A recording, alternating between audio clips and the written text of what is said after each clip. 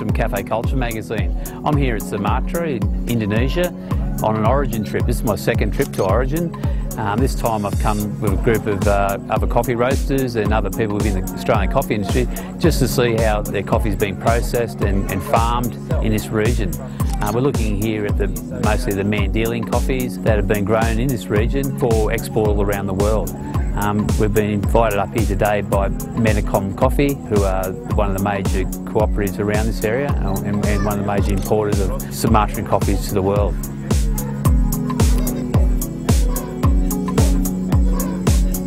Beautiful. Wonderful product, a wonderful product. I love Sumatran coffee.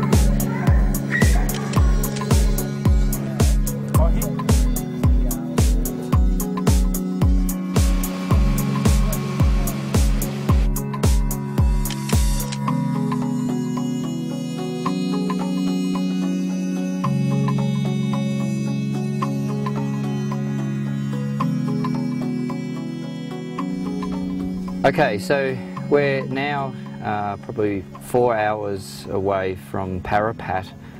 We're in the Lingtong area and we're at around about 1,350 feet above sea level. The guys have been showing me the traditional Typica plant here, which is the oldest style of coffee tree that they've used here traditionally in Sumatra for a long, long time. They have great, big, rich coloured red beans. They're not as weather resistant as the new crop of Typica that they've developed here in Sumatra. With the new varietal of Typica, the red leaf, the difference between the older style Typica that's been traditionally here for a long, long time is it's only harvested once, but the new red leaf Typica is harvested twice a year, so you're virtually getting a double amount of yield.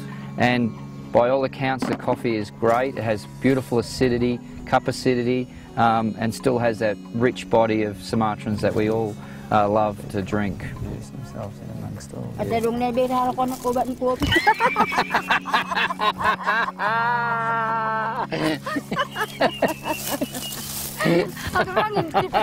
So we've arrived here in the Lintong area, which is probably around over 6-7 hours away from Medan.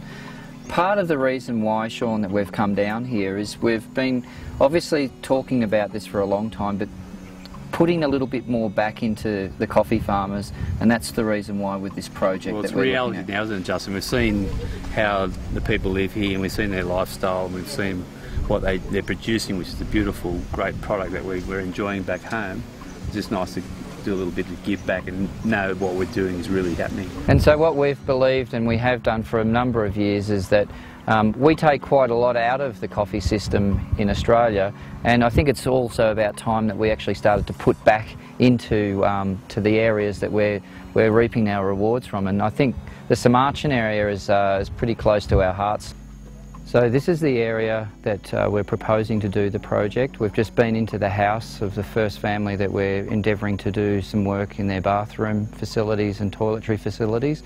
This area has 9 families, which equates to around 45 people that are all working in the coffee industry here.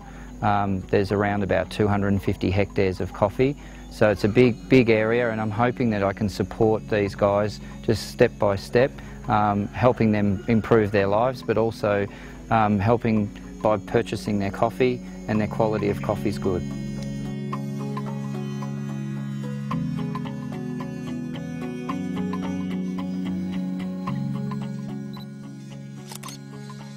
What we've really noticed here in Sumatra today is coffee is very important to the whole community and all the little communities throughout the area that we're visiting around the Lake Toba region.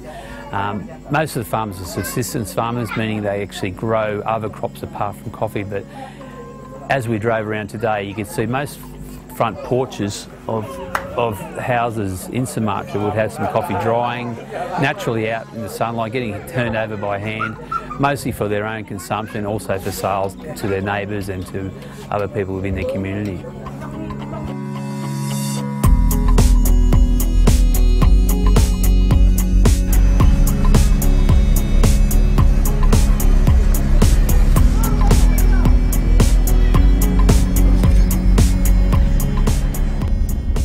Okay, So what we have here, we have the coffee cherry. We're currently here in Sumatra on the second pick of the crop. As you can see, the cherry, it's not all completely red and ripe. We've got a lot of green ones in there. So typically what we would call that as being hand stripped, so not all of it's been ripened at the one time. We have a very strong fruit ferment smell here. Apparently this coffee was picked yesterday and it's going to sit in this bucket of water for the rest of the day, and then they're going to lay it out and dry it tomorrow. Ibrahim, what do we do in regards to the coffee's fermentation process here in Sumatra? Okay, in Sumatra, the way they do the fermentation is different than what they do in Central America, where the correct way of fermentation, you have to ferment it in water, in water tanks. But here, if you do want to achieve a little bit of acidity, a little bit of winey, you keep into these bags, these white bags, overnight or a day and a half. But you can't go longer than that, where it's going to be very fermented and it's very difficult to dry. So in this way, this is what the Mandelings people would like to do. So this is the typical characteristic of this particular region. Okay, so what we have here is the mechanical pulper. So the coffee cherry that falls down into this chute here, there is actually a drum that rotates with like spikes on it that actually rip and remove the cherry skin from the coffee bean itself. And what we actually end up having is the coffee left in parchment. Okay, it's very greasy and slimy, okay, as you can see. Okay, that's the part that we want, but there's also around here is the other part, which is the byproduct of the cherry, which is the skin. Okay, so there again, it's all wet and slimy. Okay, they typically use this, they let that dry and reuse it on the plantations as fertiliser. So after the actual pulping of the coffee, the parchment is actually laid out here on these concrete patios, and as you can see, the boys here are raking. They'll turn this coffee over a number of times during the day, and that is to try and maintain an even drying method of the coffee. Right, so welcome to the mechanical pulper area.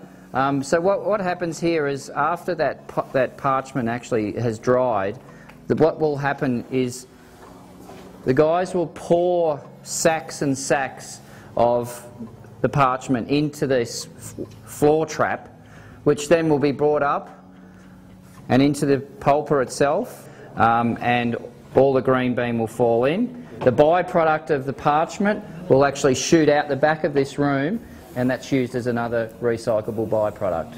So here are the guys that work here at the processing plant. Their typical day would start by going out to the plantations and picking the red cherries. They'd bring that back, they'll do the pulping, they'll do the hulling, they'll do the raking of the coffee to make sure that it's dry. End of the day, they'd be bagging up the dried coffee, ready to ship up to Medan, and then they'd probably have a little bit of a rest until tomorrow. We're just having some of the locally brewed coffee, very sweet and actually quite milky as well, but a wonderful product, a wonderful product. I love Sumatra. I love Sumatran coffee. It's good. It's a local coffee, and it's been roasted in a wok, and brown sugar's been added to it. It's quite sweet, and it's been mixed with just a little bit of milk. Beautiful.